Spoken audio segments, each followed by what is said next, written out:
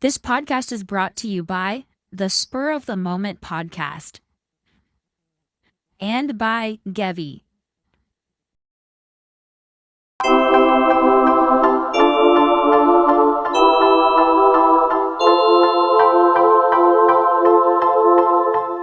Excuse me.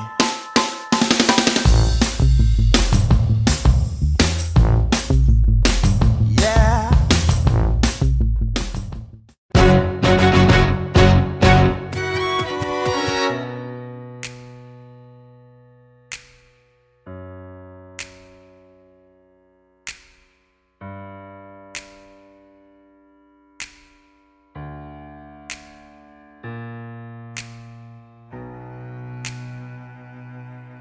Hi, everybody. Ladies and gentlemen of the court, today we're here to defend not just a musical, but a cultural phenomenon. That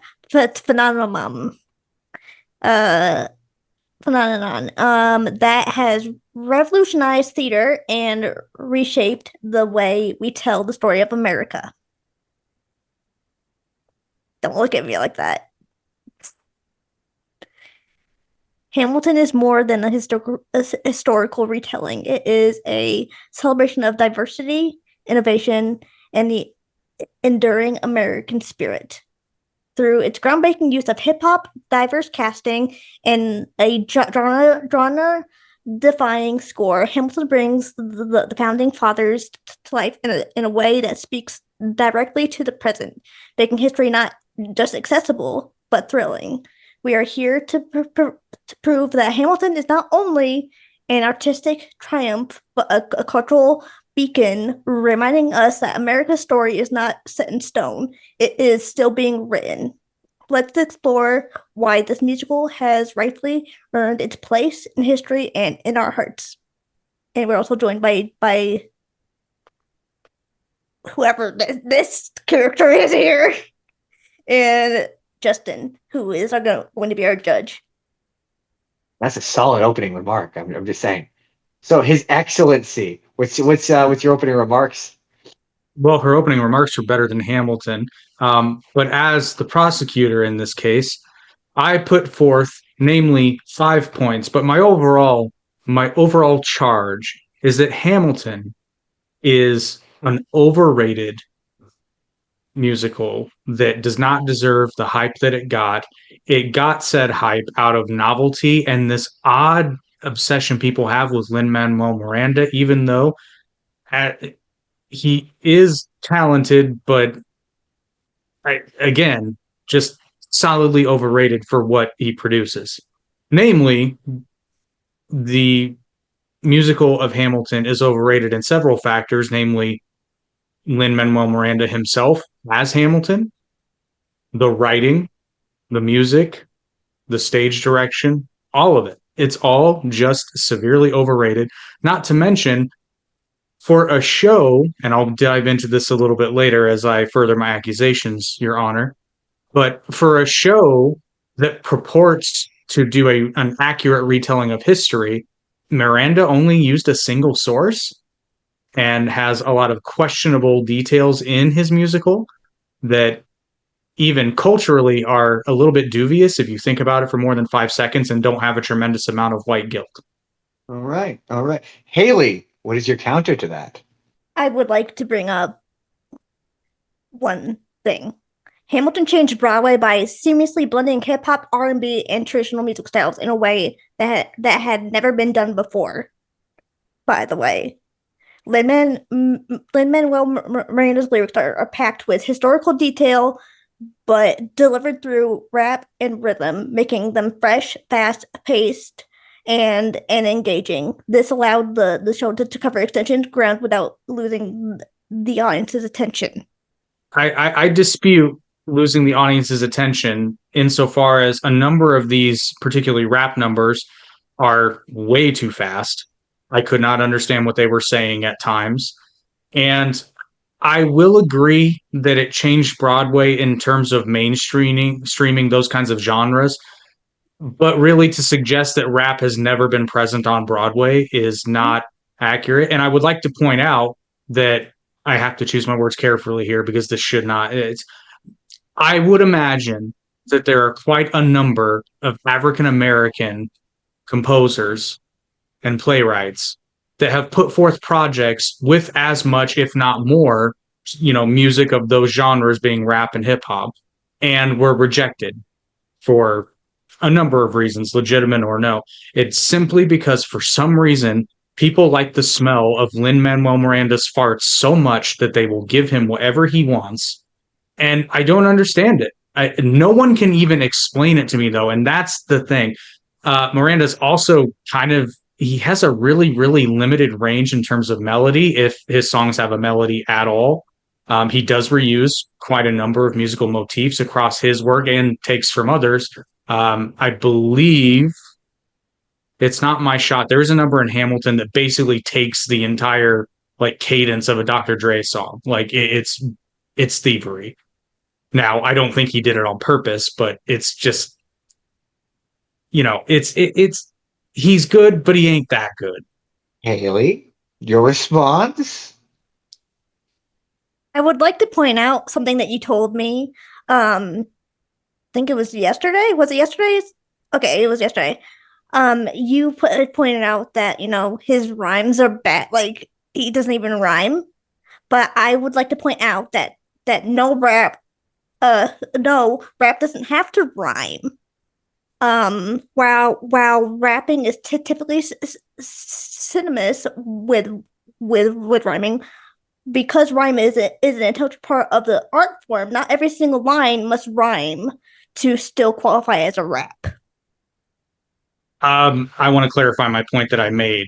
It's not that Lin-Manuel Miranda doesn't rhyme; it's that he goes out of his way so difficult. He tries so hard to rhyme that it takes away from the spirit of a lot of the musical numbers. That's the point I was making. And I apologize if I was not clear on that point, because when it's not enough for him to simply rhyme at the end of each verse, like you typically see. I'll put it to you this way. Lin-Manuel Miranda wants so badly to be Eminem, but he's a nerd. So he can't do it. I have to step in and say that Eminem is also kind of a nerd. No, Your Honor, to the same degree. Oh, I mean, I'm unaware that Marshall Mathers attended an art high school, LaGuardia, I believe. I would LaGuardia put forth School for the Arts. I would put forth that Marshall Mathers has dressed up as Robin too many times to not be a nerd. Different kind of nerd. Marshall Mathers would have beat up Lin-Manuel Miranda in high school. Fair. He's not a musical theater nerd. I'll give you that. I will concede that. And he would have been like, "Ow, stop hitting me. It hurts. I've only got a few number of shirts. You're going to give me the squirts, yo." To be fair, I don't even know who you're talking about, by the way. Eminem. Wait. Oh, Eminem. I was going to say, wait, time out. You don't know who Eminem is? I know Eminem. That's what he's called, Eminem, because his given name is Marshall Mathers. Oh, I did not know that. You learn things on the Part of Your Broadway World podcast, kids. And knowledge is power. And knowledge is enough. I had no idea. Huh. You learn something every day. You learn something every day. Okay. So I guess to expedite this trial so that I can make my points and Haley can debate me, I've got a list of just things that I criticize Hamilton on. Starting with the fact that Lin-Manuel Miranda, of any main character in the show, is the weakest performer in all facets, that being acting and musically. And yet he is the main character. I want to clarify this. I'm not saying that he's bad. I mean, I am, but in this case, it's not that he's bad. It's that he is the titular character, and yet he is the weakest performer of everyone on stage. That is a strong charge that I don't disagree with. Haley, how do you respond to such a charge? You're not wrong in that. I'm gonna say this. You're not wrong in that first, but you have to understand, though, he's a rapper first, I feel like. Fair enough, but even in the rapping, I feel that he's the weakest performer of anyone who raps, because the The actress, and I apologize, Haley, you probably know her name. The actress that plays, not Eliza's older sister. I'm blanking on her name. Renee Goldberry? Goldberg. The actress? Goldberg. Yeah. Yeah. Angelica. Angelica. Yes, thank you. The actress that plays Angelica. Her number was exceptional. Yeah. She did a phenomenal job, both in her rapping and her singing. She was stellar. Oh, she's incredible. Yeah, she's very good.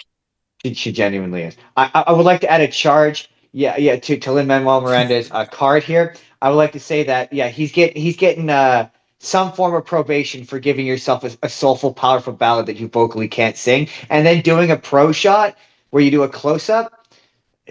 That jail time for that. I'm sorry. He's a little bit of jail time for that. It's too much ego. He's being charged with too much ego. Continue. That being said, I would like to add that I actually would be interested in seeing a production of Hamilton without Miranda as Hamilton. And in fact, if I were directing this play at the early stages, or if we were doing like another pro shot and just mixing it up with the same cast, I would swap the actors of Aaron Burr and Alexander Hamilton. Interesting. Hold on, let me clarify, because I left out a very important detail. The gentleman who plays Aaron Burr would still be like introducing the different periods of the musical, but as Alexander Hamilton. Interesting. Because that's another issue I have with this play. This play should not have been called Hamilton. This play should have been called Burr. But the vast majority of people who were interested in seeing this play had no idea who Aaron Burr was. So, because Aaron Burr is the narrative through line of this story. Excluding the very, very beginning, where it's, the Alexander Hamilton. My name is Alexander Hamilton. I can't do his like yawn style of singing.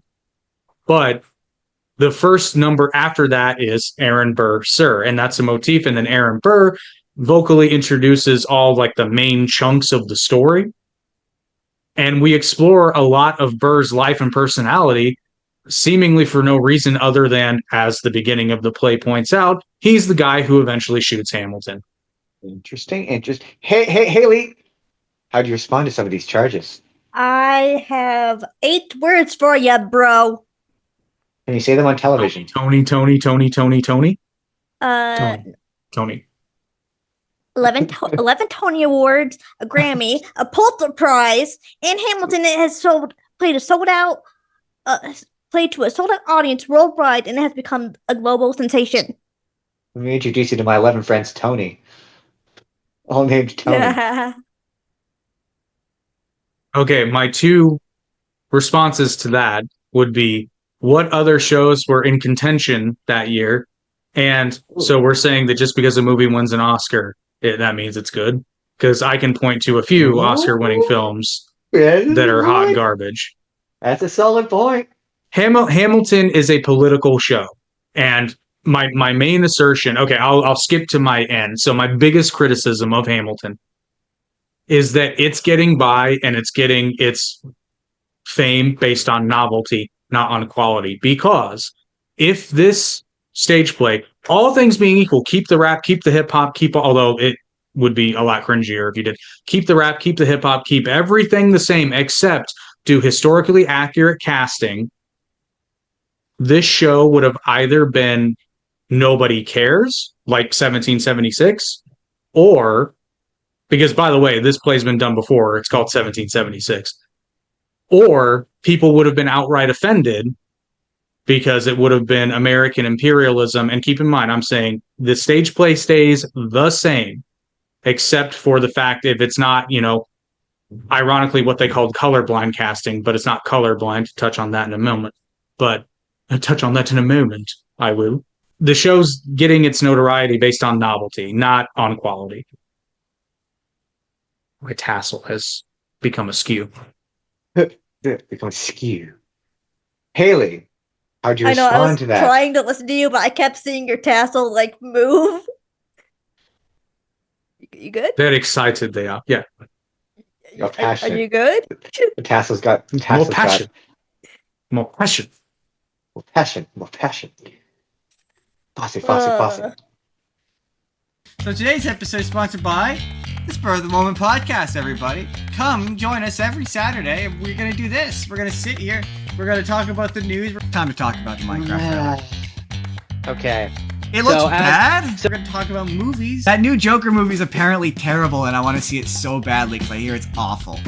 We're going to make some jokes. We're going to have some laughs. There's a lot of funny jokes in there. There's a lot of weird jokes in there.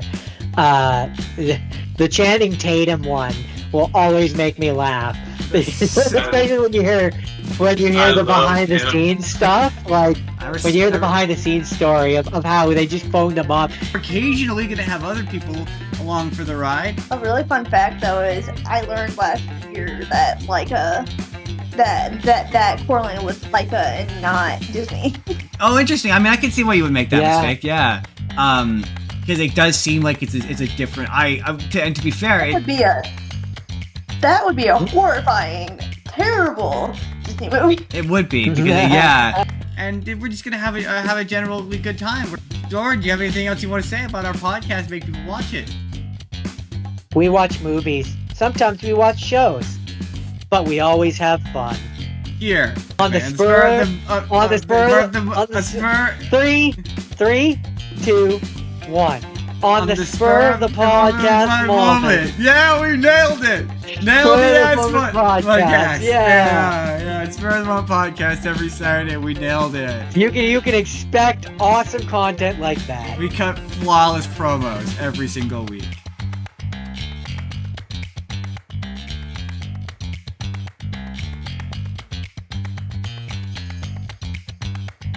Oh, I should have got a judge's bench background. Maybe we'll use that for the appeal. Yeah. For the appeal. Yeah. It will be appealed, by the way. So Haley, how do you respond to the charge that the musical is merely a gimmick? That's not true. It's not true at all. Hamilton has become part of a national conversation. It's been performed at the White House, referenced in political speeches, and sparked dialogue about who gets to tell America's story. Its themes of revolution, ambition, and social change are more relevant now more than ever. I will reinforce my point, though, and say again, those things would not have happened had it not been for the diverse casting. All things staying the same. So Hamilton's success, I assert, Hamilton's success is all due in part to two factors. One being, again, this strange elevation and obsession with Lin-Manuel Miranda, and the fact that the show is a gimmick. Because again, 1776 exists as a play, as a musical, and yet it's not held in the same regard, and it's arguably a better musical, musically speaking. Now, I've never heard of 1776. It's a musical. Is it? Do they do a big rap? No. It's a traditional musical. Traditional, and more like, is it more like a Sondheim deal or like a Hammerstein kind of deal? Lloyd Actually, Webber. hang on, who wrote it? Because I think it might be. Hang on. Because when I hear 1776, my brain immediately thinks of Les Mis. That's what I'm. I think Sondheim wrote it. I think Sondheim did write it, actually. Yes. Yeah, and actually, it won Tonys. It won Tonys as well. And that's interesting. Okay. Wow. I learned a new thing. Music and lyrics by Sherman Edwards and book by Peter Stone. Sherman Edwards. Okay.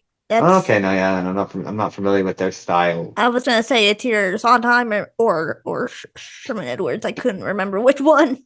The point is, they don't do a big rap, though. They're not doing a rap. No.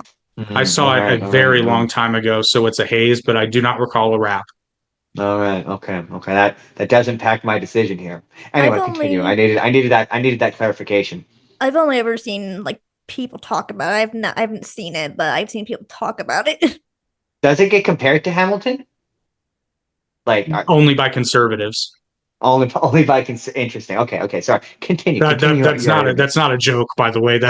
I know it sounded like a joke, but that's actually true. I've never once heard a liberal cite 1776 in comparison to Hamilton, and I've heard about 5 conservatives do it. So That's Because I don't think they would dare. Well, because of the gimmick, I don't think they care. The vast majority of people, I'm not going to say everyone, but I think the vast majority of people who praise this musical as being like the spirit of America have not seen 1776. Mm-hmm. So I'm just making the assertion that the success of this musical is riding off of the coattails of the gimmick. Which, hey, there's nothing wrong with a gimmick. Just own it. Just own the gimmick. I get it. It's a subversion. I get what the musical is trying to say, but just admit what you're doing. I've never heard Lin-Manuel Miranda actually say, I mean, he's mentioned the casting, obviously, but he's never come out and said, like, yeah, it's a gimmick. It's a race swap gimmick. It makes it fun. It also makes it problematic. But again, we shall arrive at that point. Interesting. Haley. Yeah. Do you have any further points to dispute Jake's case here? Because I don't know. But I'm hearing both. I need to hear what more you got here before I can make further decisions here. Hamilton broke down barriers between Broadway and modern music, in my opinion. By fusing hip hop with traditional show tunes, it drew in audiences who never thought theater was for them. It brought new life and new voices to the Broadway stage. It didn't just change who comes to the theater, it changed whose stories are told there. Fair point. I will give you the first point. I will absolutely give you the first point because yes, this show was different. I will give you that. Yeah, it definitely made Broadway cool, in air quotes. But you get my point. Like it definitely, like, a lot of people had that perception of Broadway being like show tunes, and it definitely subverted that. I agree. That's a solid point. I mean, Sunday Jagged Little Pill. That made Broadway solid cool. point. Point to you. Point to you, my adversary. So my next. This is more of a question. Why does the play end with Eliza and a list of her accomplishments? The show is called Hamilton, and yet for some reason Eliza, who's been at best a foreground character, ends the play with a list of her accomplishments. It does not make any narrative sense. I actually have an answer to this one if Haley doesn't. I have an answer to this one. Go on, Haley. You're the one debating. Because Hamilton gets shot and killed, and I'm aware. And weird. And I watched the play. And so. Plus, Aaron Burr told me at the beginning, so I knew. I could have not watched the play and known that. My god. The snooty answer to it is because the theme of the play is who dies, who lives, who tells your story. And so the idea of that ending bit is that Hamilton's story, like, she went on to tell Hamilton's story to like everybody, and that's the idea. And then the final bit.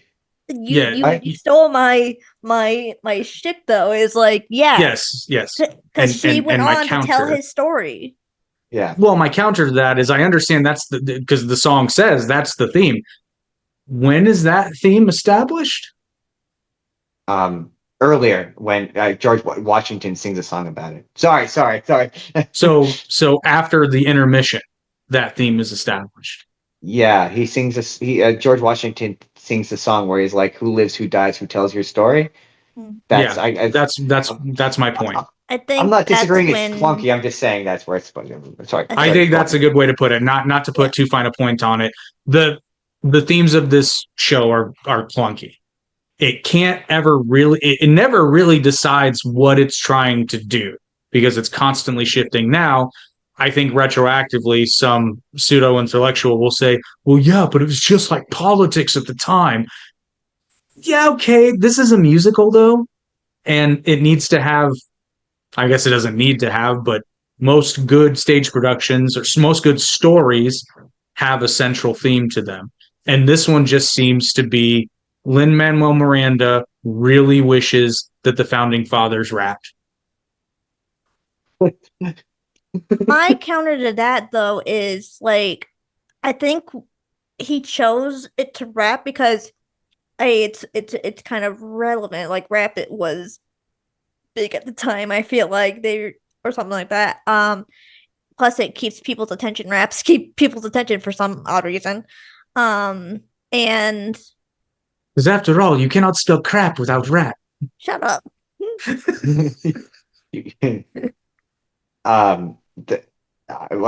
should fact the reason why it's hip hop. He said it when he initially talked about writing that first song because he saw it, them writing letters back and forth as being like them doing diss tracks. That's why it was sort of he saw it as being the ultimate form of hip hop. That's where the hip hop comes from. He's like it's very punk rock, as I put it. Yeah, that I will give to him, and the concept of the cabinet rap battles, it's a good concept. I think I'm not going to say it fails because it doesn't fail. Again, it's clunky. And again, I think Hamilton's the weakest. The fellow who plays Jefferson is phenomenal. He does amazing work on that stage, especially in the rapping portions. And then Miranda comes in and one of them has a hip hop career. That's all I'll say. You have to admit though, Jake, that, you know, given the times we are in today, that musical is sort of relevant. Well, yeah, because he made it relevant. I mean, fair enough. Yeah, but he made it relevant. And I understand this this musical was never meant to be an ode to conservatism. No. Like that's a laughable notion. It was never even an ode to Broadway conservatism.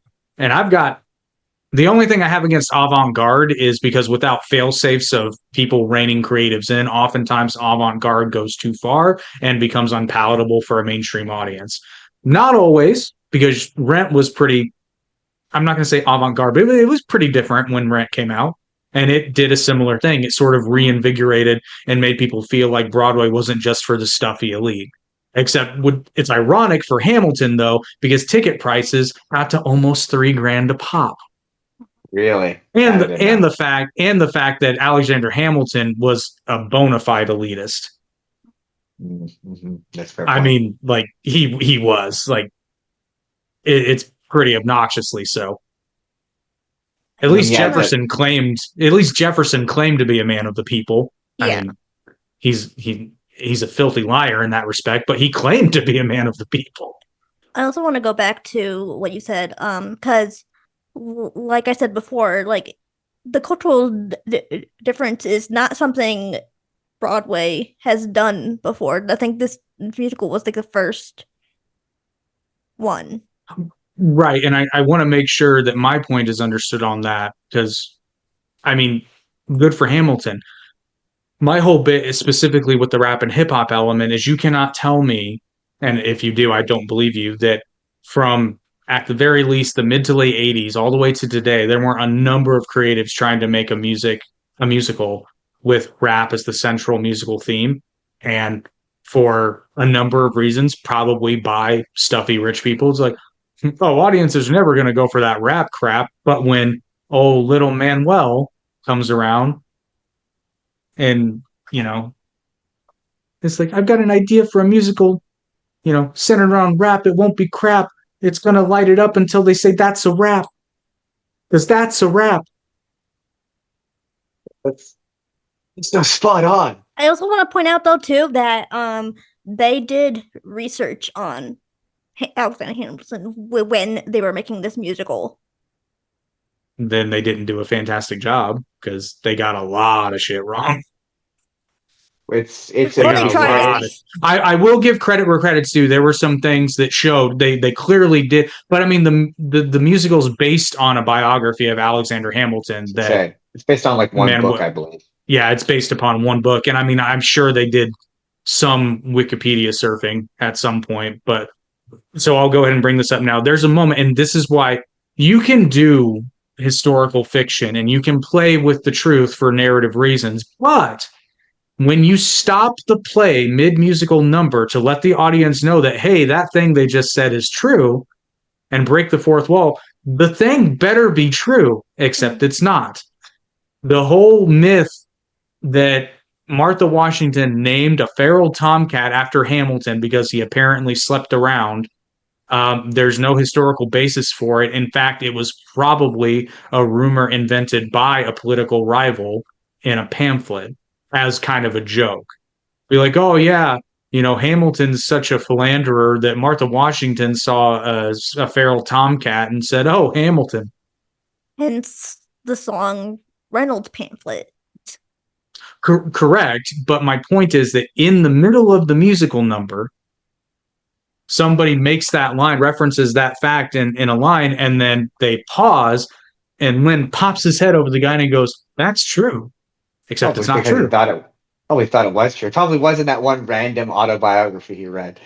But there are since problems. But this is why when you're sourcing, especially when you have one source, you need to source the source, because that biography, it came under criticism for things that it omitted or didn't have or got wrong. Which I get it. The man lived in the late 1700s and died in, I think, 1804. Like, you're not going to know everything. In fact, there's a musical number, which I question why this musical number was a thing, that says as much as like nobody knows because only those three were in the room where it happened.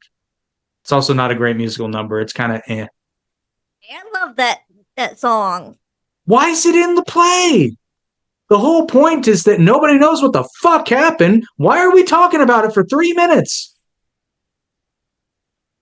We got shit to get to. So then the audience knows what happens, but Aaron Burr doesn't. But they don't.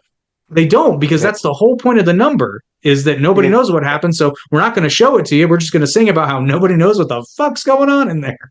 Because Aaron Burr wants to be in the room where it happened. And he gets tired of not being in the room where it happened. The song goes through like scenarios of something that it could have been happening, but he doesn't know. That's the point of the song.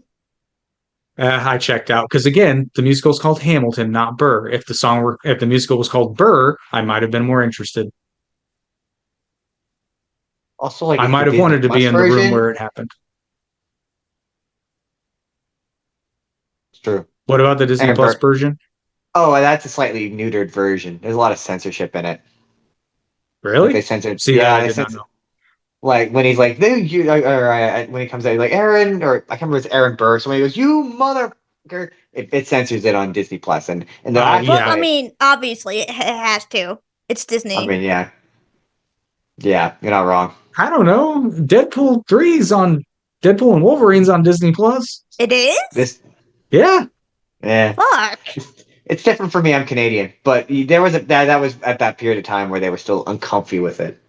When I still were made. To be fair, that was supposed to go to theaters. I have questions for you, Disney. I have so many questions for you. Because it's owned by, it was Fox. Now it's Disney. That's Disney. That's the central joke of Deadpool and Wolverine. Yeah. You and I are gonna have to have a talk, Disney. I'm looking at you, Disney. They put the man in a theme park. They don't care about F-bombs. He's at Disneyland. He's still at Disneyland. Is he still at Disneyland? Hell, I'm sure. I thought that ended. Pretty sure he still is, yeah. But I'm pretty sure that Michael Eisner's favorite phrase was, "Where's my fucking money?" Is that Michael Eisner dead? Yeah, I don't know if he's dead, but he's not the CEO anymore. But I'm sure Bob Iger throws it out occasionally. Or like, sure, what the he definitely does. What were they thinking? Bob Iger's gonna not be CEO next year. Yeah, no, he's apparently also stepping down. He's stepping down next year, which makes me scared because I don't know who the hell they're gonna get. I mean, considering how rough the Iger years were, by comparison, he's still much better than the other fellow they had there for a moment. I was gonna say the guy. Oh my god! Chapek was bad. He was bad. He was horrible. I didn't realize how bad until like a while afterwards, and I read the degree to how bad he was, and he was pretty bad. It was pretty bad. But to keep dogpiling on Hamilton and Haley, I would like to take a moment to just remind everyone that this is all in good fun. I do legitimately have criticisms of Hamilton, but I am dialing this up to 11. Like, don't. It's got a Hey. ponytail too.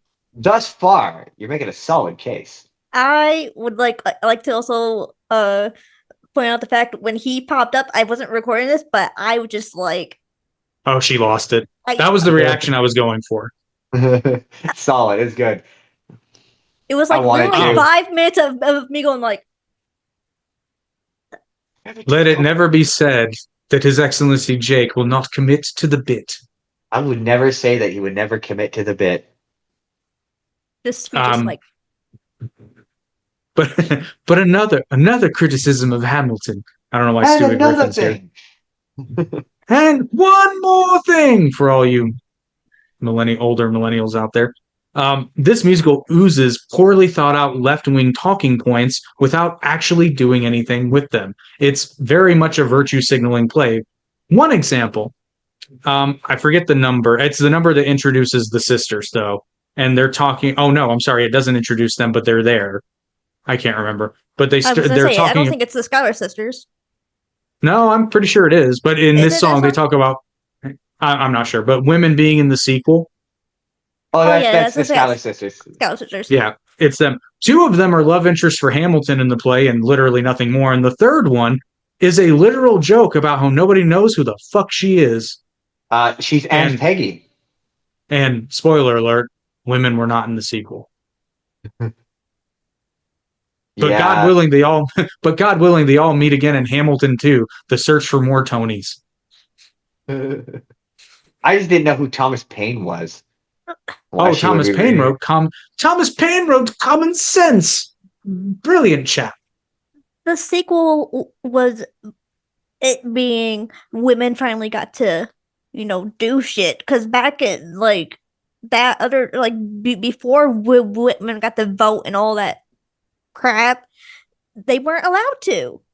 That's what the sequel they were talking about. Yeah, but that's like America Chapter 5, not Chapter 2. It took quite a number of chapters for you guys to get to the letting women vote thing. There's quite a number of chapters before that happened. Trying to do the math, like 140-ish years. 1920. Too long. 1920. 1920 was really that seems too long. Wait, hang on. I may be wrong. I think it may have been sooner. Hang on. But that's why Burr has the line, "Tell your husbands vote for Burr." Okay, I did. That was funny. I did laugh at that. Oh no, it was ratified in 1920. Oh, interesting. I know. Okay, so I was right. Really, during the Flapper age?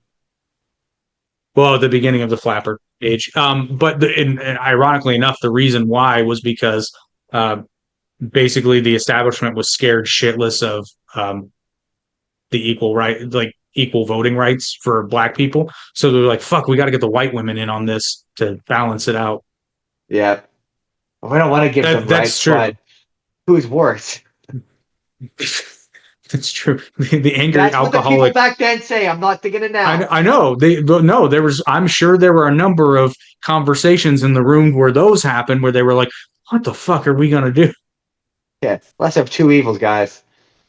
Well, that's the reason the Continental Army started allowing black people to fight, because the British did it first, and they were like, oh, fuck! We got to free them too. And then, spoiler alert, they didn't. They didn't. This play insists that they did, though. No, the play certainly insists that they're going to. But another left-wing talking point.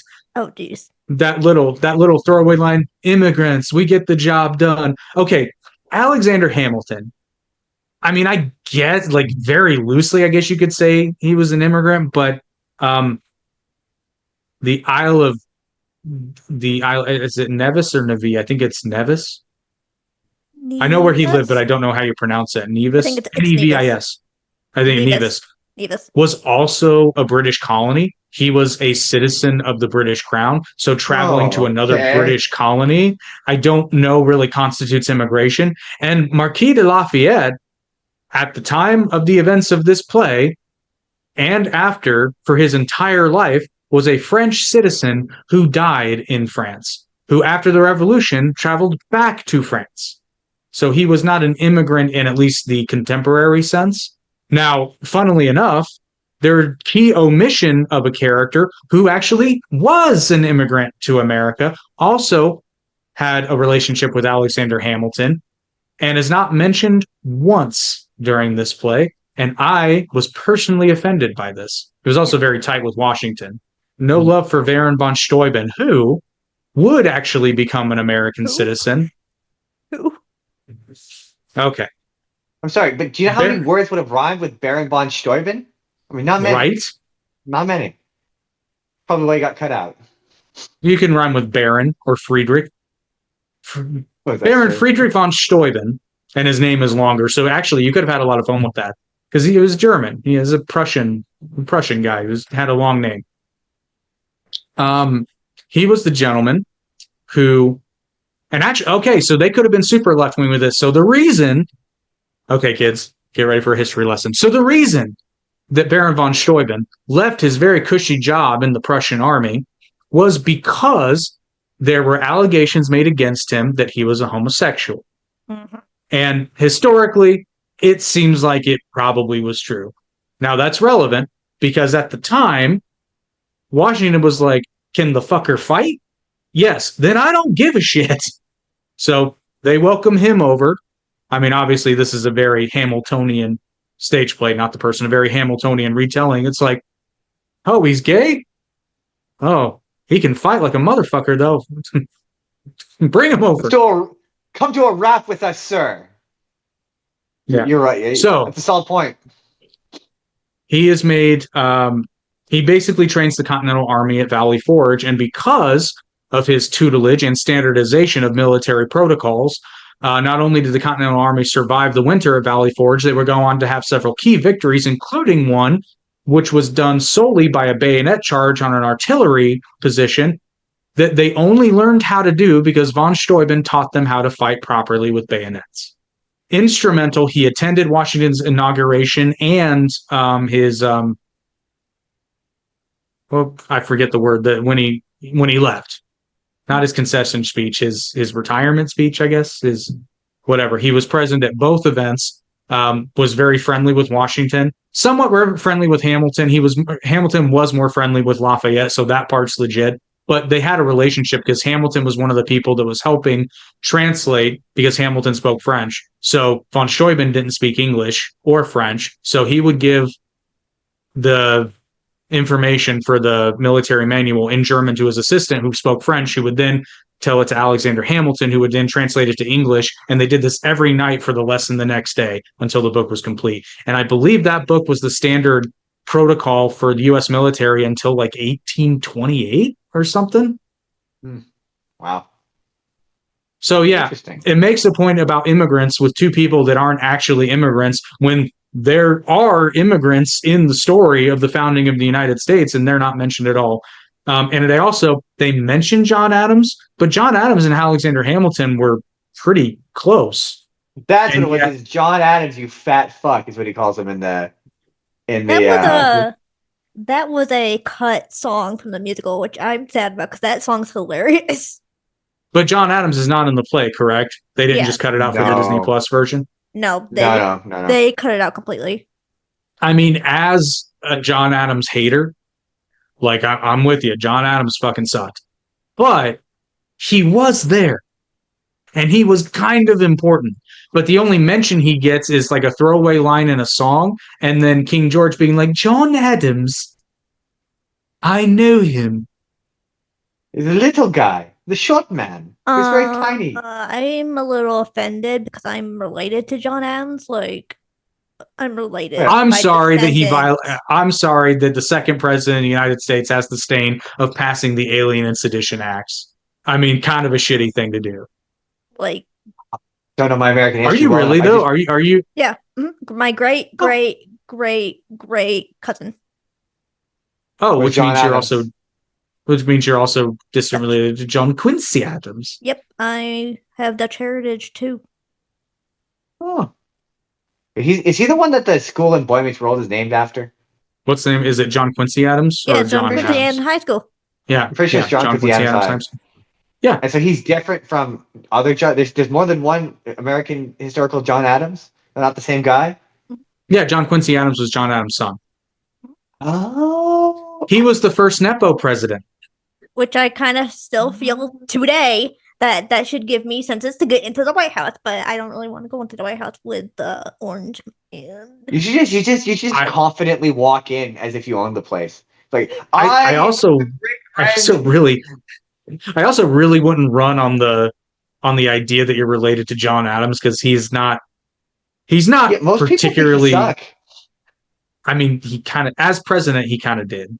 Yeah. Like, John Adams was a brilliant man. Like, let it never be said. Brilliant lawyer, brilliant man, helped create the country. But as president, he did some fucked up shit.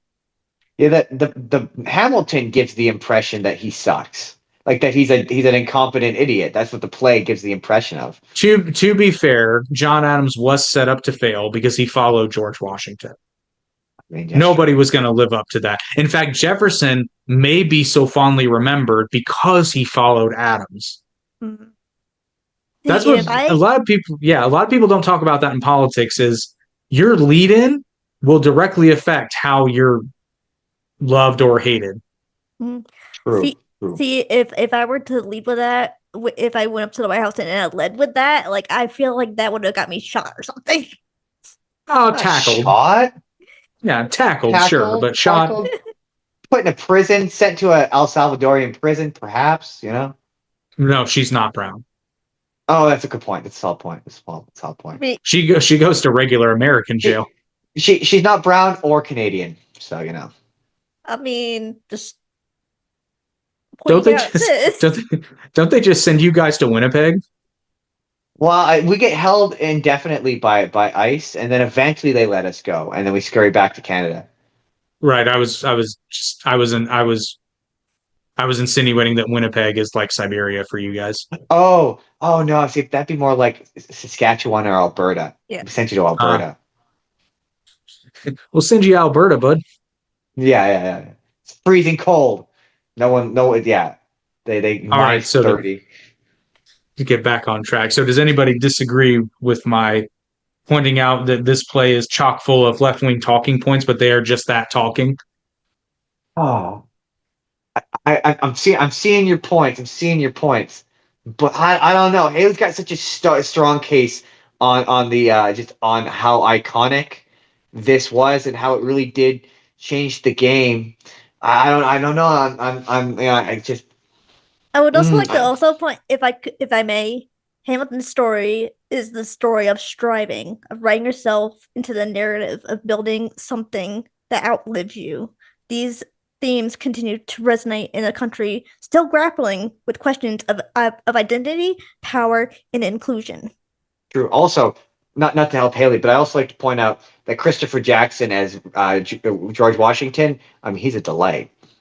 He was the other highlight, the actress who played Angelica in Washington. And Jefferson has his moments, but some of his numbers, I feel, make him a little bit too clownish for my taste. I know a lot of people like, plus the fact that his first musical number insinuates that he was gone during the Revolution. Mm-hmm. Jefferson was not. Fun fact. Fun fact, and this is off topic, but he's in the Sex and the City reboot. And just like that. Oh, is he? Is he? Yeah, he is. I can see he's got a very commanding. He does a great job as Washington, but where's his hair? Come on, Washington had a coif. He's not wearing nearly enough powdered wigs. I will say that. They're not nearly enough. Although Hamilton somewhat famously didn't wear a powdered wig. At least if I remember, Jefferson didn't wear a powdered wig. Hamilton may have. But I digress. Also, his teeth are just entirely too perfect. For Washington, especially. Yeah. No, he did phenomenal. He had that commanding presence, which was funny. Some of the moments he has with Lin-Manuel Miranda on stage are unintentionally hilarious because Hamilton's like yelling at him and it gives off like 5-year-old wanting a cookie energy. You did a little bit, yeah. I thought the same thing. I'll give you this. I thought the same thing. I was like, all right. See, in my opinion, One Last Time is the best song in that musical. Oh, I love that song. Best Now song. remind me, which one was that? Because I don't necessarily know them by name. It was George Washington when he gives that speech. His farewell address. Yeah. When he's singing, it's great. It's very, very good. And then Aaron Burr has some pretty solid numbers. Mhm. Lynn doesn't have any. I know a lot of people are going to say "My Shot." That's an ensemble number. That is an ensemble number. No, I don't think Lynn has a single good solo number in that. I will No, concede that. he does not. But even okay, this is a hot take, but this is a hill I will die on. My Shot is not a great song. It's an okay song. It's very it's not a great song. It's okay. So you prepared to die on that hill like Alexander Hamilton? Funnily enough, he did die on, well, he didn't die on a hill, but he did get shot on a hill. So he died the next day. Here's a question for me who's not American and not super familiar with American history. In One Last Time, the song, his farewell song, there's two funny notes I've heard about that. One is that after he said that final address, he died like a couple of months later, apparently, is what I heard. Or he died shortly later, is what I read somewhere. And how accurate is like the bit where he's saying the speech that Alexander Hamilton is singing underneath him. That's a real speech, right? That he said? That's his actual farewell address? There are lines from his actual farewell address in that song, yes. Interesting. So that is reasonably historically accurate then. Yes, he did die shortly after leaving office. Yeah, it was pretty quickly. So someone said it was very ironic. like 2 years. Because he left office in 1797 and died in 1799. So I don't know how shortly that is, but in colonial times, that seems like a while. Yeah, true. In colonial times, that's like 30 years. And today, that's not that long. Today numbers, that's not that long. Because like my favorite line. In millennial years, that's like 5 years. Yeah. Like, because my favorite line in that song was like, "I want to sit under my own vine, under my own fig tree." Yes, and that's the characterization of Washington is great because Washington did not want to run for a second term. He only did it because everyone was like begging, like, you need to run again. And they kind of touch on this because they wanted him to run a third time. And he was like, you know what? And after J Street, fuck all of you. I'm going back to my farm. Yeah. It's like, no, I'm good. Respect that. He didn't want to be president for life, but Hamilton's like, you should be president for life. Well, and it's also important to remember that presidential term limits did not exist yet. Washington set the precedent, but it didn't actually exist in law for hundreds of years after. Yeah, that amendment was ratified during the Truman administration, I believe. Was it Truman? Because wasn't it Theodore Roosevelt who ran for 3 terms, or he wound up with 3 terms? He won 4 terms, but he died shortly after his 4th term. He died during his 4th term. Mm-hmm. Interesting. Now, Haley, my question to you is, as the Broadway person, because as I'm listening to you talk about your case, and you're saying you're like it's iconic. There wasn't anything before it. I'm trying to think. I'm like, is there a hip opera like quite like Hamilton that predates Hamilton? And I'm like, is there something that I could be like, that was a movement, that was a moment post Hamilton? I guess that would be my question to Jake. Is there anything that has since Hamilton 2016, 2017, has there been a Broadway musical that's as culturally in the moment as, because my argument would be the only reason why Hamilton is popular is because of Obama. That would be the case I would make. I wouldn't go so far as to say that's the only reason, but it's a factor. It certainly is a factor. Because he was really into Hamilton. Like, they performed Hamilton. You alluded to it, Haley. They performed Hamilton at the White House multiple times, more than once.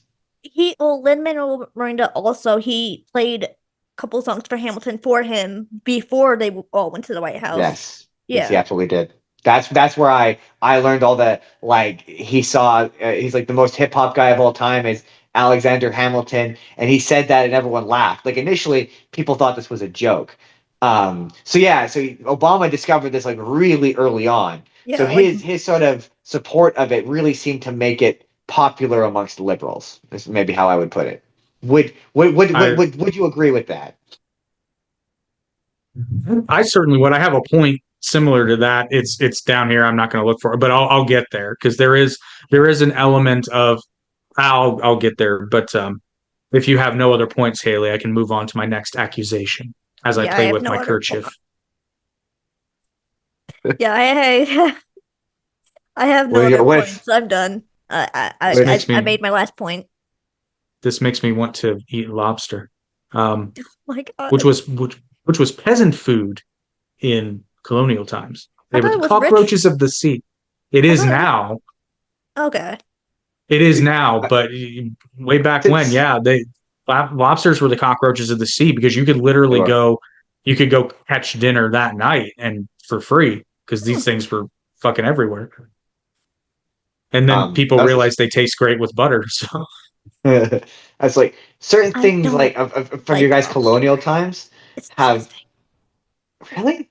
I don't like lobster. It's disgusting. Even with the butter, I don't like it. Crab's better. I'm just gonna say it. Crab's better. Crab is better. Yeah, crab is better. But I just don't think I like seafood. Lobster, like Hamilton, is something that rich people were convinced that they should like, and if they don't like it, they're not ritzy enough. He's not wrong. That's the thing. Hamilton is the lobster of Broadway. True. It's true. It's not bad. It's not bad, but there's better stuff out there. But rich people have to like Hamilton, otherwise they're not cultured. They're not cultured. Joke. You made me joke. My thing is just like, can you imagine if you went back in time and told half of these people that people of color were playing them on a Broadway musical? They'd fucking kill you. Right? What? And then they'd say a slur. They'd be like, you must be a witch. Right? In a broader criticism, to me, the show is horribly paced. Parts of it are painfully slow and seem to go on forever with not a lot happening. And then we jump, sometimes skipping years, only to get a short round of dialogue saying, this is what happened. And then someone said this, and then they did that. And now we zoom into Alexander Hamilton writing for a change. My only defense to that would be it's an hour and something minutes. Like, you have to keep. It's 3 hours long. that musical's 3 hours long. Like on Disney Plus. Like it's like you can't just keep going on and on. You have to skip some stuff. The point I would make to that is, though, at least for me, and I understand this is subjective, there are some parts, i.e., the room where it happened, perhaps that, considering nothing is actually happening involving Hamilton during that entire number, except watching him go into a room and figuratively close a door, that could have been cut in lieu of, I don't know, another number. Like, I think an interesting little number could have been von Steuben doing the translation bit. But that would have been challenging. And see, here's the thing. If you can make a rap song that rhymes German, then French, then English, color me fucking impressed. Fair. That's fair. My response to the pacing would be, on behalf of Haley, would be that, to be fair to this, it is a Broadway musical, and they cost hundreds of dollars, so they tend to push longer so people get their money's worth. Yeah. That would be my counter to that. Yeah. And then I just had another note that I already touched on it, but I have an addendum. You can't spell crap without rap, and Manuel is full of it. Get it? Because he's full of rap. Speaking to the... He's full of rap. He's full of rap. This is. He's full of Is he not rap. full of rap? He is. But also... no, I was alluding to the fact that you said that he's full of it, and then I'm like looking at you, full costume. Hey, he commits. I don't blink when staring at the fourth wall, Haley. That felt like a dig at you. It's not. It's a dig at Miranda, but it's like he's behind you, breaking the fourth wall at inopportune and inappropriate times. I was about to say, I was like, bitch. She's like, what did I do? I like looked at. I don't mind. Bitch. I don't mind fourth wall breaks. It's just when he does them, they're inappropriate. It's like he wants applause. He's begging for applause in those moments, and it's so cringe to me. But I mean, I did think that you were drinking at me. I was like, bitch. I realized after I said it, I'm like, that felt like it was directed at you, and it wasn't. But so I'm going to clarify. This is one of my bigger criticisms, because when King George first comes on stage, I'm chuckling, but then it becomes very clear that King George's character only exists to make fun of white people, specifically rich white people, which is ironic because that's what 99% of the audience was comprised of. Only bad. So if I remember correctly, and correct me if I'm wrong here, but this was referred to as colorblind casting at some point. Yeah. Yeah. It's not colorblind casting because all the bad guys are white. There's two white characters in this play, one of which is King George, who is literally just a caricature of rich white people, which is also ironic because rich white people, because he's the king of England, and everybody who saw this fucking play probably has been or wants to go to London as a tourist just to be like, oh, I've been to England, it's magical, and I love the accent. And yet they're laughing at King George's caricature, who also doesn't serve any narrative role. That's what I'm saying. It'd be one thing if he affected the plot at all, but he doesn't. He is there to make fun of white people, which is okay. There's a lot of things that I love that rightfully make fun of white people, In Living Color, not least of them. But again, this is supposed to be, the allegation is that it's colorblind casting. I'm just saying it's not colorblind casting, because you're casting white people as the villains or caricatures to be made fun of. Which again, just own the gimmick. Just own the gimmick. That's all I ask. I'm not saying don't do it. I'm just saying own the gimmick.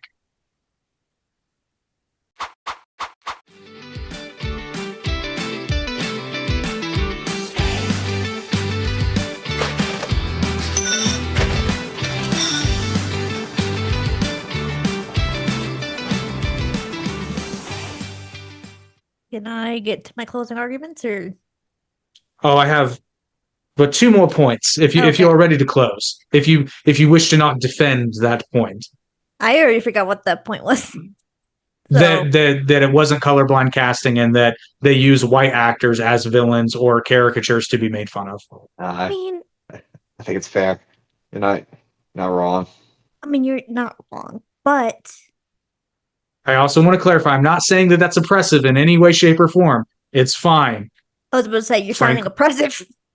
Frankly, I usually laugh in movies and television shows when there's a line from Scrubs that always makes me laugh, is something of, I forget where JD and Turk are going, but the it's brought up that JD can't dance, and then Turk basically says, I don't know if this is line verbatim, but he's like, well, yeah, but that's because, God gave us natural rhythm and coolness to make up for hundreds of years of oppression. Yeah, that's funny. I mean, and Jonathan Groff as the king, though, that's hilarious, and also I do think he's funny.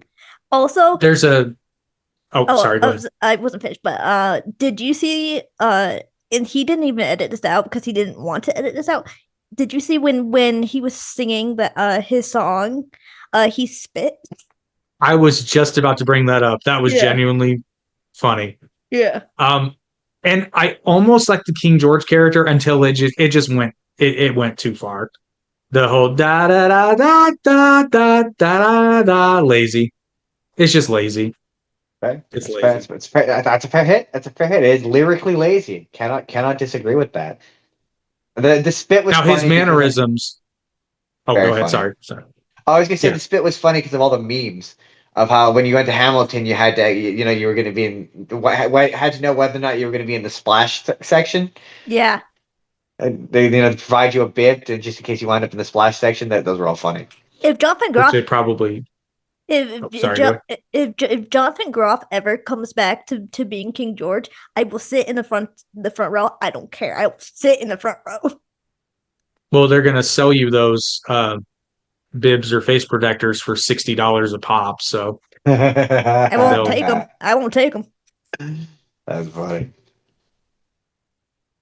And then we come to the gross Groff juice. Gross. As I said that, I was like, that's gross. Don't do that. The scene where the same actor who plays Hamilton's adult son later in the play, who I actually did like later, but his first introduction is cringy as fuck when he's supposed to be 9 years old and he looks like he's 28. Yeah, it's bad. Get a kid. Just Even get a I said kid. that was bad. I said that was bad. But the first time I watched That it, was like, bad. he needs to be on stage for like get a kid. Get a kid. I think I said the Get a exact kid. same thing. Like, get a kid. It's embarrassing. Get a kid. That I can agree with. That I can agree with, but also like him working with his mother to write that little rap for his dad. I agree with Jake. It doesn't work because he's an adult. It's weird. That was cute. But also, it would have been cuter with a kid, and I might have liked the scene cuter more. with a kid. Yeah. Yeah, it would have been way cuter with a kid instead of a professional Broadway performer playing a 9-year-old. It comes across as though they were like, Daveed Diggs gets to play 2 characters. Why don't I get to play 2 characters? And they're like, you could be a child. And he was like, okay. Oh, wow, I had a point, and then I just lost it. It just... Now you know how I felt. It went away just like Aaron Burr's chances of being president. Now you know how I felt when I had a point and went. Oh, yeah, it happens to me all the time. Oh, I remember now. I also didn't know because I'd seen the meme of like this, all the memes, usually people with their dogs, when he's like, look at my son. Pride is not the word that I did not know that was from Hamilton. It's bad. It's a bad. That's like, terrible. I mean, to be fair, sorry, Hale, go on. I like it. I like how like it's like them talking to their like newborns. It doesn't make sense though. Pride is not the word that I am searching. What word are you fucking searching for? I this is where I'm gonna side with Jake in this one because that song's bad because Aaron Burr comes in and the guy who sings as Aaron Burr can actually sing, and so he's singing a bunch of really well sung songs, and it cuts to Lin-Manuel Miranda who can't sing ballads to save his life, and so it makes the song sound worse. So sorry, Haley, gotta side with Jake on that one. Preliminary injunction. Preliminary injunction. I'm allowed to do that. I mean, that I can actually kind of agree with. Not anymore. I can actually I can kind of agree with that actually. Now that I'm like really remembering that, I'm like, this doesn't really go well together. I guess my overall point would have been, and I say this a lot about certain creative people. There are some creatives where Steven Spielberg comes to mind. You let Steven Spielberg go nuts because he's demonstrated an ability. But funnily enough, Steven Spielberg doesn't let himself go nuts. He has people there to check the creativity. He collaborates with people. There are many creatives out there who do great work when someone can rein them in from their worst impulses. And this this show would have benefited immensely from someone coming to Lynn and being like, hey, buddy, I don't know that you should be Hamilton. Like, I get it. It's because he wrote it. That's why he's Hamilton. I know, but Jonathan Groff didn't put himself in Ren. I mean, to be fair, he couldn't have if he wanted to, but he didn't. He never intended to be in Ren. I think that there's probably a reason why he couldn't be in Ren. No, but he didn't write himself in. Oh, I said Jonathan Groff. I'm sorry. Yes, Jonathan Larson. You're not wrong. You're not wrong, but also he died before that. Deja vu. I know, but he wasn't written. It's not like they had to find a last minute because they went on. He died the night before the premiere, right? Yeah. So they didn't have to find Yeah, they didn't have to find somebody. Deja vu when no one could figure out his last when Justin couldn't figure out his last name during the Broadway. That seared into my brain thanks to that. Now I will never forget his name. Even then, I'm not 100% sure I got it right. Because it's seared into my brain. Now I won't forget his name. It's never gonna be the same. Which will Fuck, be this song is lame. Which will be out on the 18th. What will be out? The Broadway trivia is already out. So go for look at the Broadway trivia. The Broadway trivia that we did. It's out. That's out. It's been out. Yeah. That was embarrassing. And then finally, probably the largest criticism of Hamilton as a whole, but the one that I'm actually least interested in because I care more about, because again, I understand the gimmick, is the fact that, the diverse casting gets complex when you start talking about the subject of slavery. Now, I don't know that I would have done it, but I'll be honest, I kind of really don't care about that. What I do care about, though, is characterizing Hamilton as this ardent abolitionist when he fucking wasn't. After he left the army, he went to work for his father-in-law's company, who, among other things, guess what his job was? Messy. His job was messy. To buy and sell slaves for his father-in-law's operation.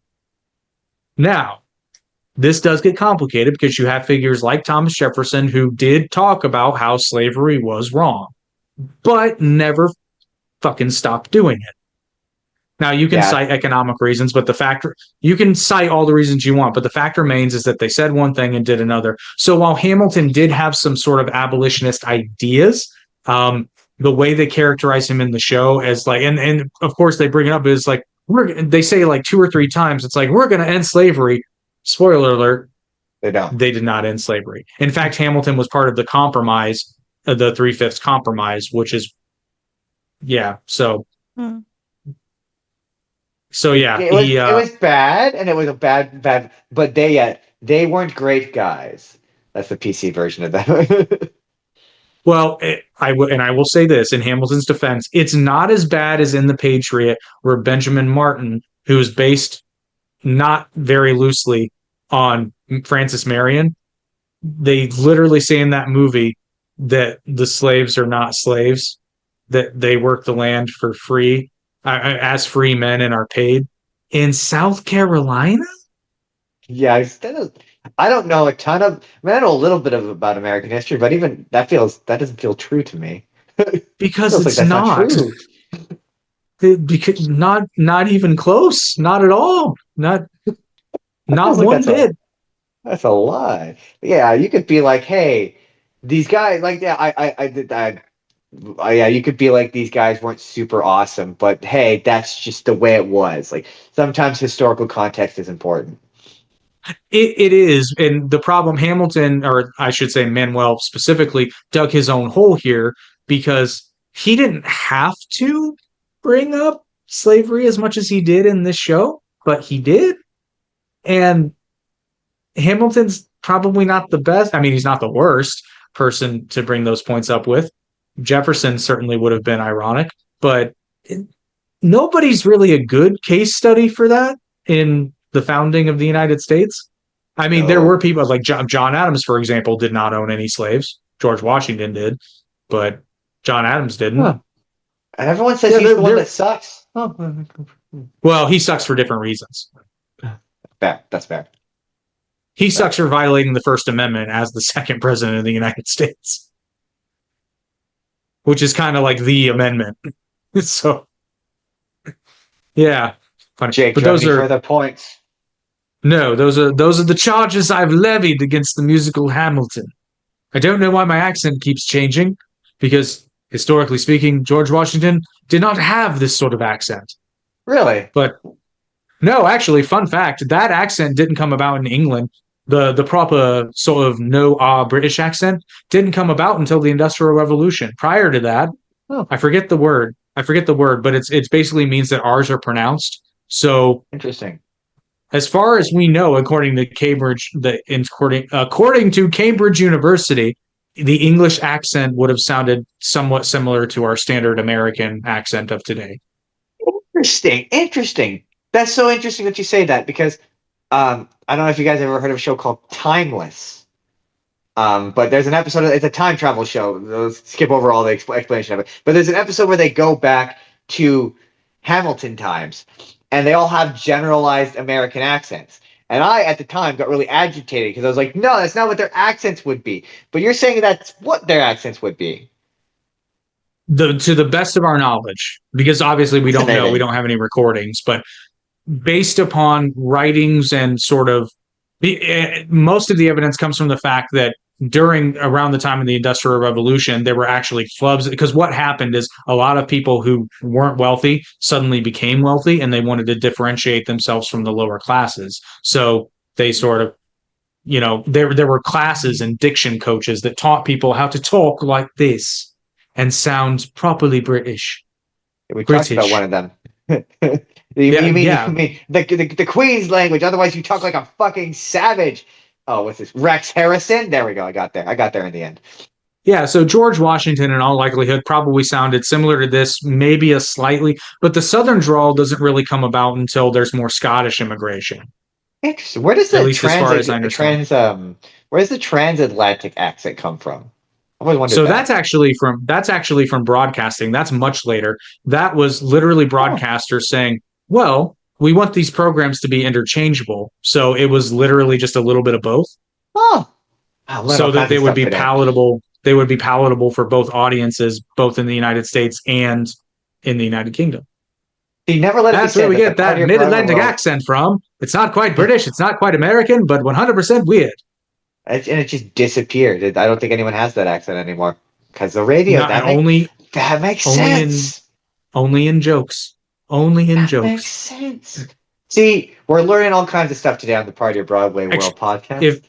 If I remember correctly, it actually had to do with the broadcasting equipment at the time, because now we have such good recording equipment that it doesn't really matter which accent you have. People are generally going to be able to understand you. Unless you told I did one of you fucker from some area of England where you can't really understand what the fuck they're saying, generally speaking. But the inflection of this voice made it so that the recording equipment could pick up everything, and the accent was not offensive to either party. Fascinating. Notice the hard consonants and the That volume. was a weird sidetrack, but I was fascinated. History of accent. Haley, I believe said she had a closing argument. She said, "Where the fuck am I right now?" There's like a couple of minutes where I just zoned out, like my eyes just started to glass over because I was just like, "Man, are they gonna be done?" We're like a PBS Haley, show right now. I was just gonna say, Haley's like, this isn't a historical podcast. That's not what we do here. Like a 5-minute reset where my eyes just glassed over. Pick that shit back to the average intelligence podcast. Just to interrupt you though, that Liberty Kids show that we discovered on TikTok. The Liberty Kids show we discovered. Oh yes. Yes. Fun fact: Von Steuben is in that show, and he is voiced by Arnold Schwarzenegger. I loved Liberty Kids when I was younger. Oh, did you know that Baron von Steuben is voiced by Arnold Schwarzenegger in that show? Yeah. He's like, "Come on, we've got to get to Valley Forge, train the Continental Army, get information." We used to watch that all the time in my social studies class.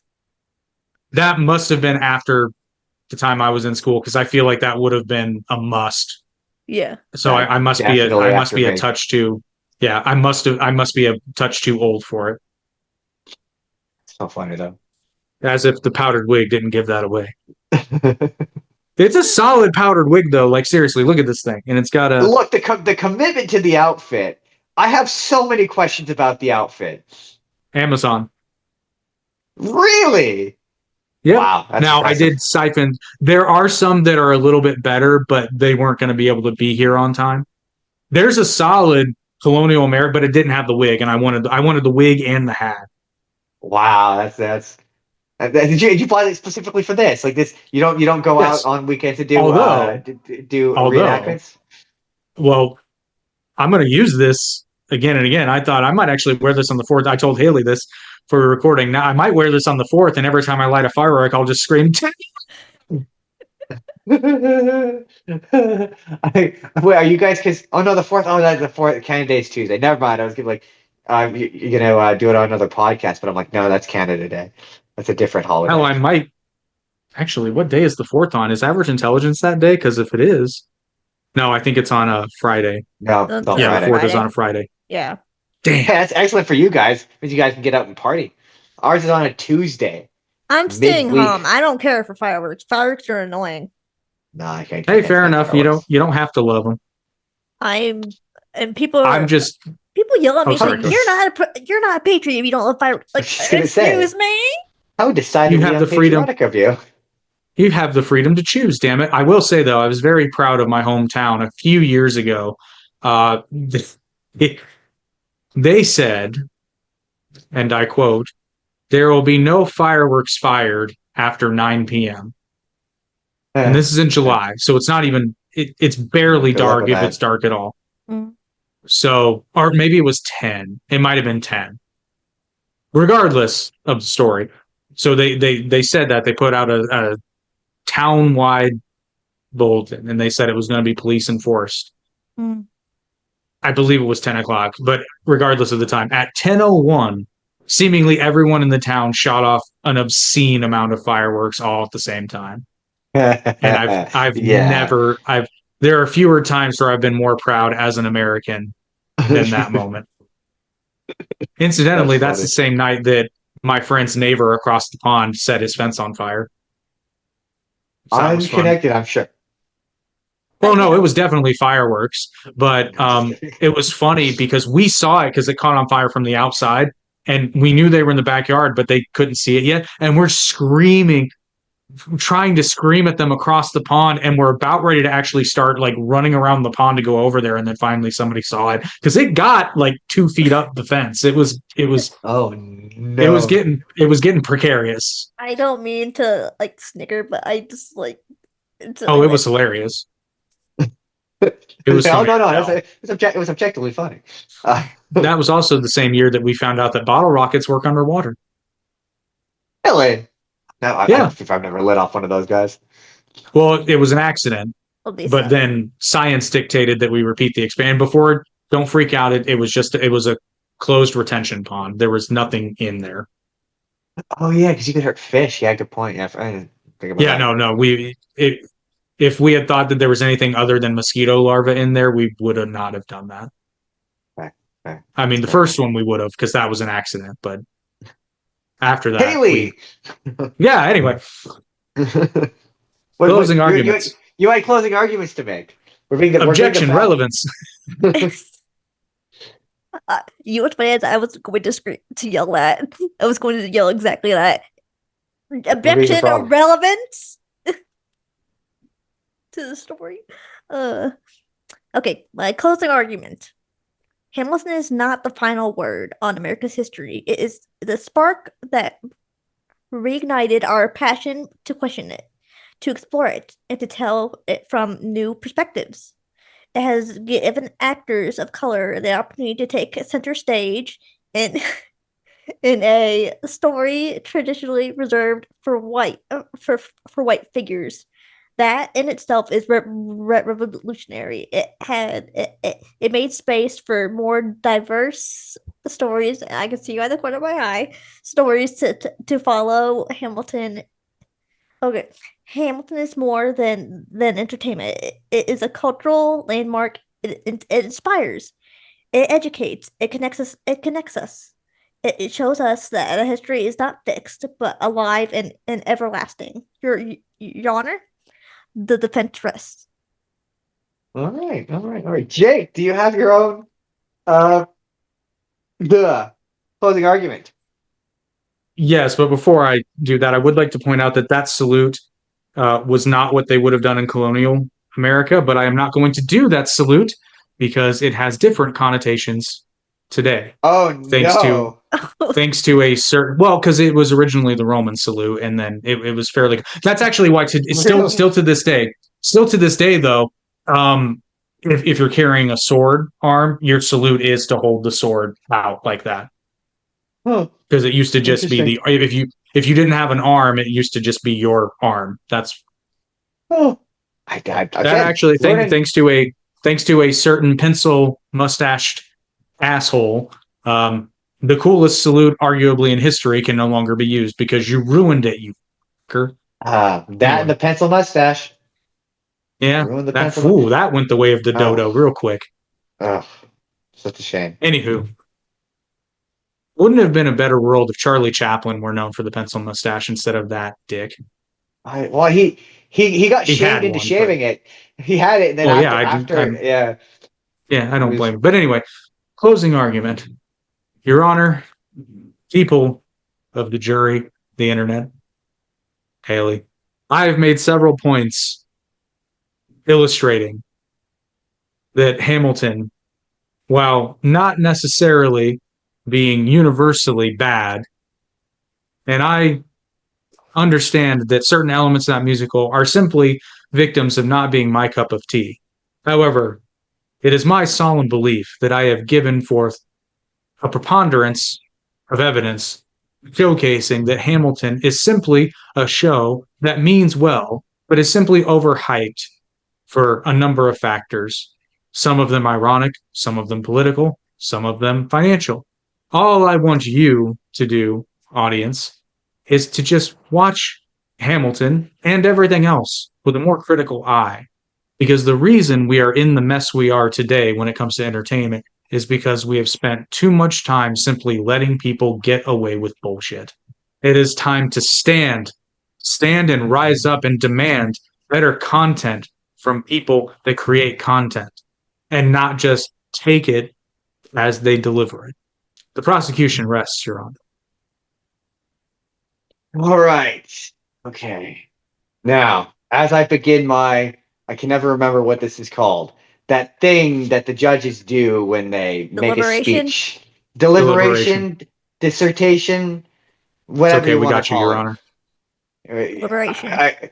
There's an old show I used to watch where his catchphrase was, "This is tough," and this is tough. This is tough. You both made excellent points. Jake honestly made better points than I was expecting. This was way more of a divided choice than I was thinking, because ultimately Haley is right. It is inarguable that this musical has had a cultural impact on the world. It is inarguable that if you want to even just measure financial success, it is one of the most successful musicals of the world. It was very much in a moment, in a moment of history that I just don't think is replicatable, but also nothing has since passed it. But Jake also has made a lot of valid arguments as to its quality, some of which I agree with. But ultimately, I think I gotta side with Haley. Yay!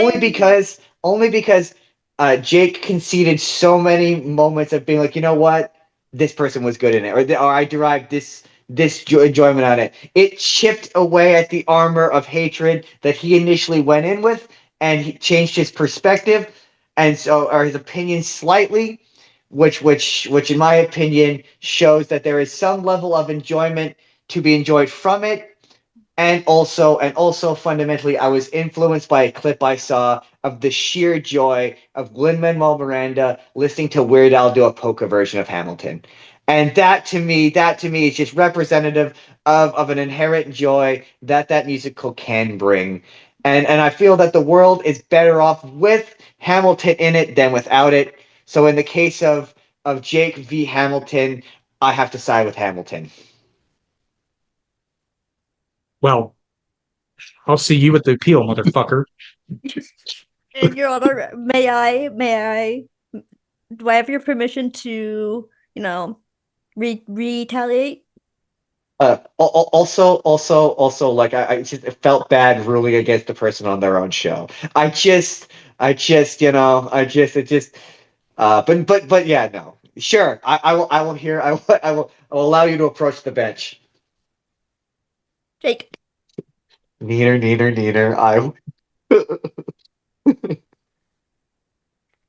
No, that's it. Jake, you made some valid points. It's okay. I'm used to being the odd man out. I still hate the Robert Pattinson Batman. And even though I eviscerated that film in my review, there are still people that tell me I'm wrong. And well, I guess Lin-Manuel Miranda is on my actors that I hate list now too. So he and Robert Pattinson can just chill out in there. That means you can never have him on your show. Sure, you can. I don't care. He'll show up with his 5 Tonys and be like, "Oh yeah, I'm really hurt over your opinions." 7 Tonys. 7 Tonys. And see, I gave Robert Pattinson a chance because I even said Mickey 17 may change my tune. And not to say he was bad in that, he was enjoyable. He was the best part of that movie, but it just wasn't enough. I really enjoyed him in shit. Oh my god, Tenet. I really liked him in Tenet. Kind of made me go, you know what? I'd watch like a James Bond spy movie with him as the lead. But I quite liked him in Tenet. He was quite charming in that. I don't think he's intimidating enough because even as a vampire, he just goes. There's a running joke. I showed my fiance Twilight for the first time she's ever seen it a few months ago. And I told her, I said, okay, but here's what you have to understand. I hate the actor, but here's the thing. When you first see him introduced, he has a face that looks like he needs to run to the bathroom immediately. Yeah, he does. He so does. And then there was, because then we ate before we watched it, so there was a little bit of time between me saying that and the movie starting. And I kind of thought you would be forgiven for forgetting I said it, right? But then the scene happens. Bro, we had to pause the movie because she was just losing her shit. Are you talking about when Bella walks in and he makes that stupid face? Yeah, that one. Yeah. You're not wrong. I used to love Twilight as a kid, and now I watch it, and it's like the stupidest shit I've ever seen. You would have been right in the demographic of people that would have been for your age, right? Because you're, yeah. There's two things about Twilight. Sorry, Jake, go on. I was just going to say, the thing about the Twilight film franchise is overall, I enjoy it. It's got problems. The first one is horrendous. The first one is just a horrendous movie. New Moon improves. Eclipse is good. And then Breaking Dawn slides a bit down, but it's not bad. I would consider it good. Breaking Dawn Part 2? I count them as one because it's supposed to be one. Yeah. Okay. Did not have Jake defending the Twilight movies on my 2025 bingo card. Defending is a strong word because they have issues. My two anecdotes about the Twilight movie is I've only seen the first one because my friend tricked me into watching it by pitching it as a vampire movie. Like, we're gonna go watch this vampire movie. And the minute I knew it wasn't for me was that scene you referenced where he walks in and her hair blows in the wind out of nowhere because it just happens to be a fan behind her. I went, I'm out. I'm done. That's it. And the guy, he's not really a friend anymore because he did bad things. But he was a gentleman I was watching with beside me just going, it's a vampire movie. It's a vampire movie. It's a vampire movie. Kind of like Mr. Potato Head where he's like, I'm a married spud. I'm a married spud. Just for like the entire movie. I'll never forget it. Well, congratulations, Hamilton, on your victory. Thank you. Another award. It's another award you've and Haley for prosecuting an excellent case. Jake, your effort was admirable. You almost won. There was a couple moments where I was like, "Oh, he's making such valid points." Well, unlike Aaron Burr, I will take my loss with grace for the moment. But should any of you in the comments agree with me, let us know, and I will bring this up on appeal. Perhaps I'll just sue Lin-Manuel Miranda next time. Like no one. I don't think there's anyone on the planet who could convincingly tell me that he sang Hurricane well. No one without being completely delusional. And just being. I'm of close. In the eye of the. I can't even do what he does because he and Bad Bunny do this weird like yawn thing. Bad Bunny just does it with auto-tune added on, but like they do this weird like yawn thing that I just can't do. It's so like not flat. Really it's singing. So flat. See, so when you're like, it just sounds like you're crying. When you're like, so does he. When you're like, I would have swapped Aaron Burr and Hamilton. I'm just picturing Lin-Manuel Miranda singing "Wait for It." I am the one thing. It's just gonna turn to Russell Crowe from Les Mis. I am the one thing in life I can't control. I'm like, oh my god. Oh, hang on. I got it. Makes my soul hurt. 42601. Oh, what's the line? My time is up. What's the line? Your time is up. Check this out. This is Lin-Manuel Miranda doing Les Mis. 42601. Your time is up and your parole's begun. You know what that means? Yes. It means I'm free to be at total liberty across France. I got a chance to make something of my life. No. So accurate. I just love it. No. See, here's the fucked up thing. That kind of makes me want to see a hip hop version of Les Mis. Not gonna lie, because I think that could be delightful. Really? I don't want to Think see about that. really. No. Give it to Lin-Manuel. We'll see what you can do. What's what it could do? I'd watch it, but I'm weird. To be I'll fair, watch it would have weird. to be a comedy because that would be absurd. Yeah, it would be absurd. Anyway, before we end this episode, I told you, Justin, that I had some like news. Yeah, there was shocking news. Yeah. So I follow this YouTuber called the Tim Tracker. They're like daily vloggers, and nah, and I don't know, and I don't, Ninja George Washington. and I don't know how this happened, but they listened to my Bill Farmer episode, and they mentioned me on their vlog yesterday. Really, that's Yeah. really cool. Yeah. It was really cool. I did see you post something about it. I was midstream, so I wasn't able to watch it. But that's really cool. And this is a channel like you watch regularly. That's really quite popular. Well known. I've watched it since 2012. That's rad. That's Yeah. pretty rad. That is rad. Haley just keeps winning. Yeah, Just Yeah. win I after do. win after win after win. The closest we got to winning. So go on. You're more like George Washington than me, which is that's okay. That's not true. George Washington lost a lot, but he won when it mattered. True. What I was gonna say was it's like, and I wasn't. I would have filmed my reaction, but I wasn't expecting them to say it. So That's really cool. So you missed my like. So I didn't get to film like my screaming and my crying because Holy shit! yeah. Yeah, the coolest thing we got is if you watch Avatar: The Last Airbender, we got rejected by the girl who plays Toph. That's as cool as we've gotten. She was too busy to do our show. So that's as cool as we've got. We're not nearly as cool as Goofy. That all Can't- being can't- said, Can't Oh. top that. no. That all being said, Tim, Jen, thank you so much for mentioning me and listening to my episode. I am your hugest fans ever. And if you want to come on the podcast, come on the podcast. I would love it. That's Don't the worry, next I step. won't Gotta be get here. them. Yeah, I won't be here to be a problem. They won't be here. They won't be here. We won't be in the room where it happened. Oh the my room God. where it happened, the Zoom where it happened. The Zoom where it happened. That is a video. They made a video called it during the pandemic. It was called No One. It was in the Zoom where it happened. Or something. See, that's a good thing that I did not know that because I would have been like, and see, they just can't stop themselves from cringing. I think it was during like the Biden and like when Biden was like running though. They were. But to be fair, there is a really funny bit where Daveed Diggs is doing his lines from the song, and he's like filling up a bottle of wine. He's so sassy. He's got all my favorite lines in Hamilton. Which one of my favorite ones from him is where he's like, "Burr, next time you see Hamilton, thank him for the endorsement." I just love his sass. It just makes me laugh every time. He's enjoyable. He is sassy. He is sassy.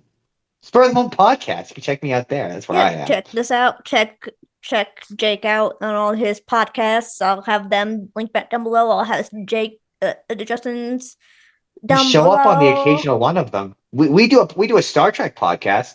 That's coming back eventually. We're on hiatus at the moment, but it will. We're on temporary hiatus. Resume.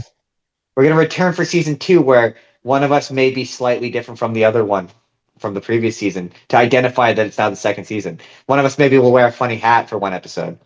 No, I actually know what we're gonna do. We're just gonna switch backgrounds. Yeah, you have to give me a decent another Star Trek background because you're the one who gave me the first one. Yeah, no, well, I'll literally just switch them, so you'll know that it's season 2. Or we might put you. Well, no, we might put you in sick bay. I don't know. We'll figure it out. We'll figure it out. We'll get there. That's coming. Anyway, I won. So, Haley wins a lot. I win a lot, and I love it. I mean, to be fair, you had a pretty strong ally. That sounded in conceited. Yeah. Now defend Dear Evan Hansen. Oh, see, that's the would sequel not. to this. I'll tell you, that's the sequel to this. I'll show up and I will take down the movie, and you can defend the movie, and then Jake can be the judge. I'll wear the powdered wig because I've never seen. You would have it, so You have a powder wig.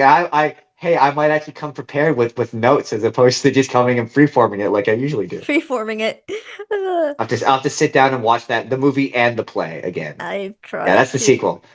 Endless a million times. And just not to take over your podcast, but if you want a musical to go on trial, put it in the comments. We will do any musical that you guys want. Any of them. Haley, will you even let them come on and prosecute it? I will definitely. Definitely. Right. Just let me know. I have all my links down below. I'm trying to figure. I'll discuss it with you off camera. But with that being said, we are off. I will see you guys next time, and I will see you in Eternal Stars later.